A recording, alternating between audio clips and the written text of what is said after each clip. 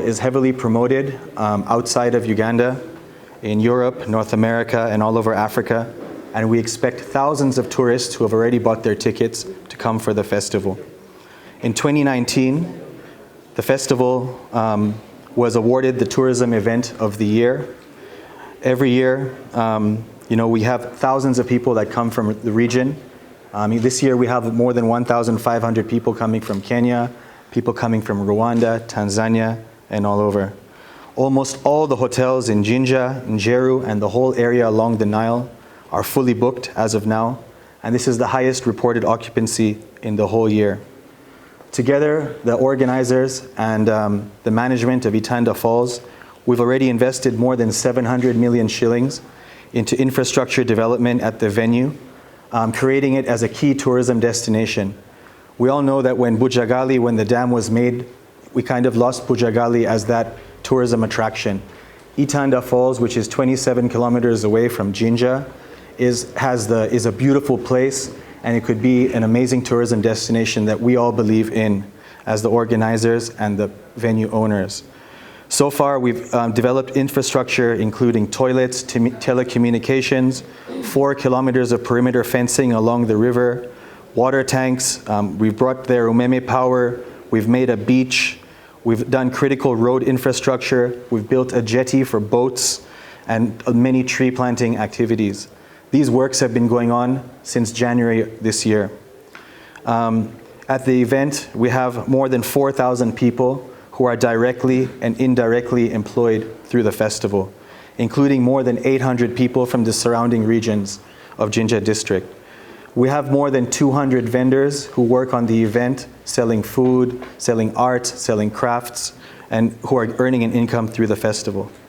The festival also has more than 300 artists performing on the stage, including more than 60% who are Ugandans. More than 10,000 people will travel from all over Uganda to Jinja for the weekend. Shops, restaurants, adventure sports will have their biggest income of the year through the festival. Hundreds of tour operators have created packages towards the festival. You can find them online, and they're all there. We have programmed over 30 traditional troupes from all over the country that are going to perform at the festival. Numerous media houses, international press attend the festival, including BBC, CNN, New York Times, Le Monde, and many more. Since 2018, we have worked very closely with the police, the Ministry of Internal Affairs, and all the other government agencies to make sure that the festival is safe and secure. In all those years, we've never had any evidence of the allegations that have been made towards the festival. They're talked about, but nothing has ever been shown to us that, look, this is what happened at the festival. Of course, there has been minor incidents that we've handled together with the police on the ground. Like at any other event, those things can happen. These things can happen at any event, whether it's Nyege or even a concert in Kampala or any other carnival. We received the position from the Ministry of Ethics and Integrity, which we wrote back and to each point about how we are going to address each point specifically. And we did send that letter last week through the police and also to the Ministry of Ethics, and we shall abide by the rules and guidelines that. Yes, yesterday we also gave the letter, we went through the letter, we were in a meeting actually at police headquarters while Parliament was going on. We will follow the guidelines, we will work together to make sure that everything goes well, and I would like to invite anyone that would want to come and see what the festival is all about. Yeah. Thank you very much. And I want to put into my brother the lead of guidance. I think as you go to sit to look into that, you also need to come out with a national strategy on cancellation of events, because this is an international aspect, both nationally and internationally. Now, this has much more accolades internationally than even locally. I've had Agent Misa saying that traditionally I don't support, from religious point of view I don't support, but Right Honorable Speaker, I would like to submit that we have a number of events which happen every year in this country, starting from the faith-based, the one we know traditional, the Namugongo one, the traditional ones. No, in Namugongo, I had to deploy, I think, like a baton to stop those hooligans. I know. In the outskirts of Namugongo. Yes. Then we have the Kabaka's event, which happens annually. We also have now the cancer runs, which are organized. None of these events, in the mind of the organizers, are intended to have these negative consequences. They simply come in. No. None of those events are intended to achieve these negative consequences, but they simply occur because of our nature. Right, Honorable Prime Minister, my submission is really looking at the consequences. Number one, how is Uganda going to be treated in the international global space in terms of events and occasions? That's number one.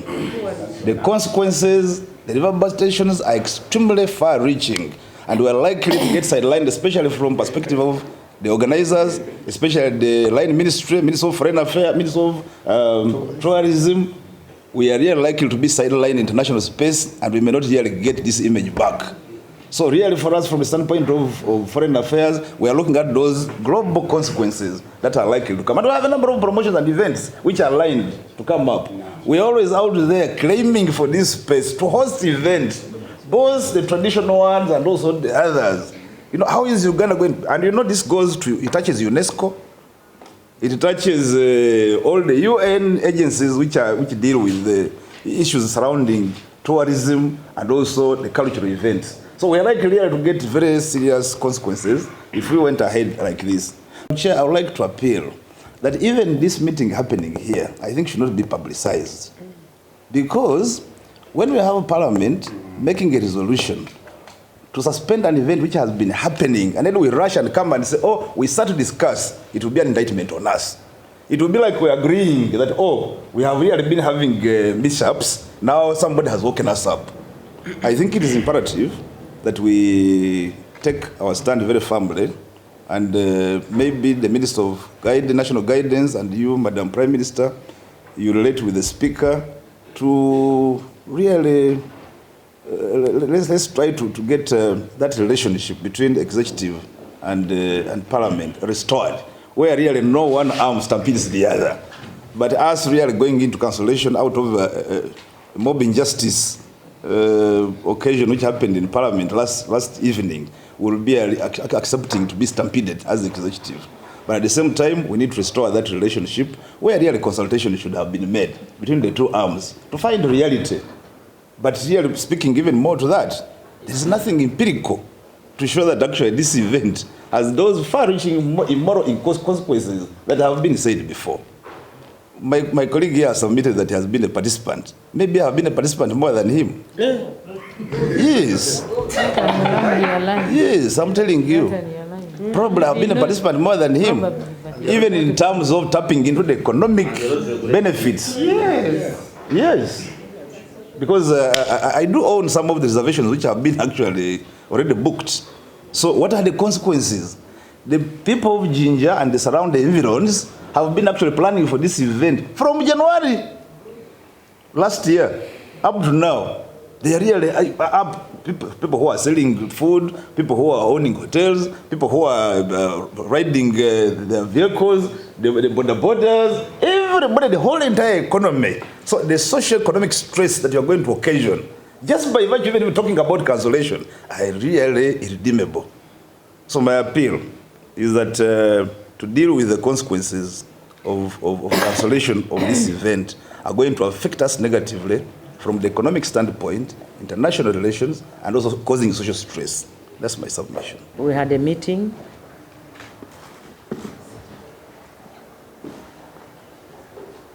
under my chair to organize the Nyege event that has been taking place in this country for the last 10 years.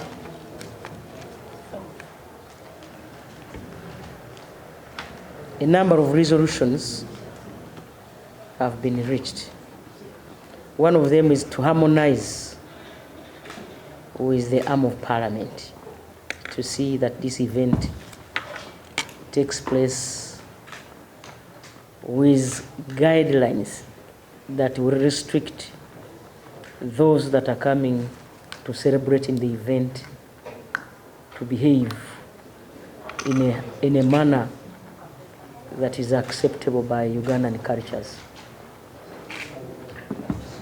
We have tasked the Ministry of Ethics and Integrity and that of National Guidance to come up with guidelines together with the organizers to come up with guidelines that will be followed during the event. The event will take place because the timing, we have given them a very short time.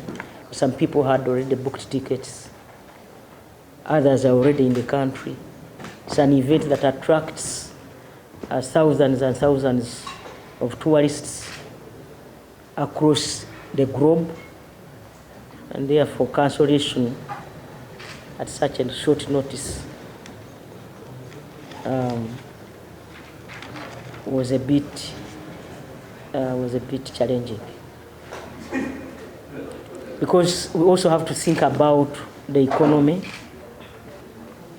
We also have to think about the name of the country, and also negate through these other challenges that come with that event. Thank you so much. The Right Honorable Prime Minister assured us that the matter of Nyege will be handled, and the House took a decision. Madam Speaker, government needs to operate as one. We have the Prime Minister as a lead of government business.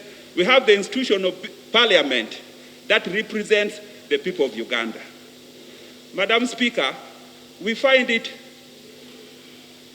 abnormal and a system that's not practiced in any country in the world, that the House makes a position, the Prime Minister is represented, then the Prime Minister later on goes to address the press on a matter that has not been concluded. Madam Speaker and honorable members, we operate in a digital world. If we continue to operate like that, everything we communicate here is received around the world. It will show that there is confusion in government, there's confusion in Parliament.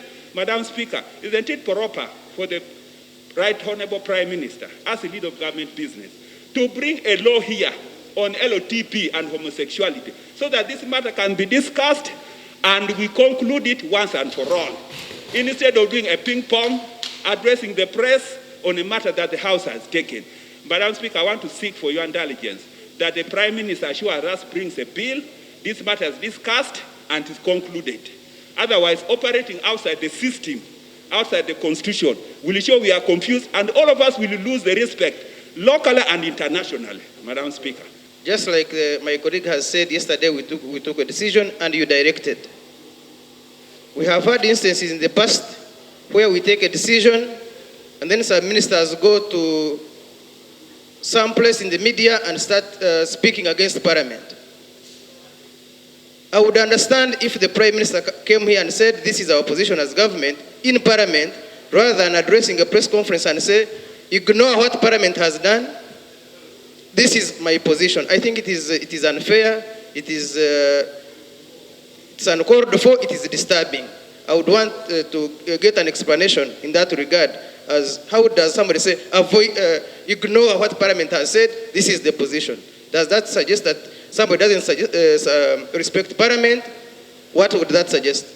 You recently returned from Rome, where you got the blessings. And it's my belief that yesterday when you made that, it was inspiration from what you got from the Holy Father. And that was the message. We all belong to faith and values and traditions. And I believe the Prime Minister belongs to certain faith. We saw her the other day with the Bishop. Honorable Barriom was missed narrowly to be the father, is the spokesperson, the priest. So, guided by that, Right Honorable Speaker, I knew your pronouncement yesterday was guided by that message that you received. And we needed to protect our children. If some people want their children to behave the way they would, let them take it somewhere. Let them take somewhere. So, Right Honorable Speaker, you spoke yesterday, you guided as a mother and protected and as our leader in Parliament. So to see the Prime Minister come to say the contrary, I think it was absurd. What would have done would have been, if she had any varying thing, she should have called the Speaker, say, no, we have this issue, and let us settle it. Then the public now to look at us like we are fighting. Yes, information. That as of this morning, activities are going on normally. The Nyege activities, they are going on normally, people are organizing, everything is going on as if there was no any directive by this House, as if we did not take any decision. Everything is going on normally. That's the information that I wanted to give the House. As I conclude, Right Honorable Speaker. Right Honorable Speaker, you and... The statement I said was with my full conscience. A full conscience of being a Catholic. And I'm not about to withdraw, and I will not withdraw. And whatever I say, there is no confusion in Parliament. If there is confusion the other side, for us in Parliament, we are at peace. Whatever happens, we are at peace as Parliament. Can we hear from government? I'm born in a family where the firstborn was a nun in the Little Sisters of St. Francis of Assisi, Third Order Regular Nkokonjero. So what you are talking about, I come from that, and I live by that. And I live by the virtues and values of the Catholic Church, in addition to those that are in the Constitution. Leadership is not always sweet, and you lead because it is a team. Right Honorable Speaker, I was here yesterday. The issue of Nyege was raised. The Minister of Ethics and Integrity gave us briefly her view, what they called the do's and don'ts that they were putting in place with the Minister of Internal Affairs and Police.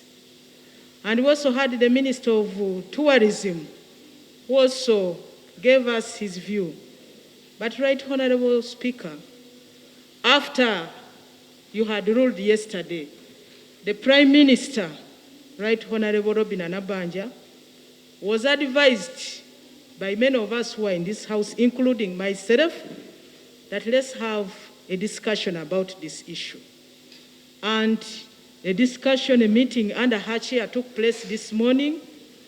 She gave me the responsibility to lead a team of ministers and permanent secretaries to come and have a discussion with you as the head of the institution and who was the presiding officer yesterday.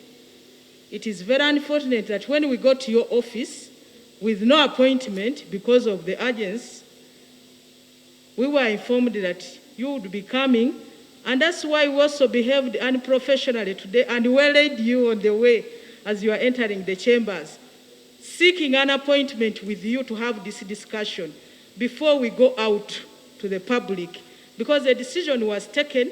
The executive is part of Parliament. You presided over yesterday, and I'm very happy that you have given us an appointment tomorrow at midday. My prayer to you, Right Honorable Speaker, allow us to have a discussion under your chair tomorrow.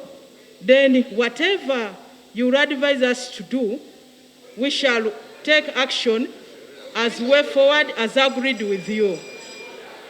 Right Honorable Speaker, Honorable Speaker, I want to say that I will be available with the team to your office tomorrow at midday, and we'll have a discussion. Thank you.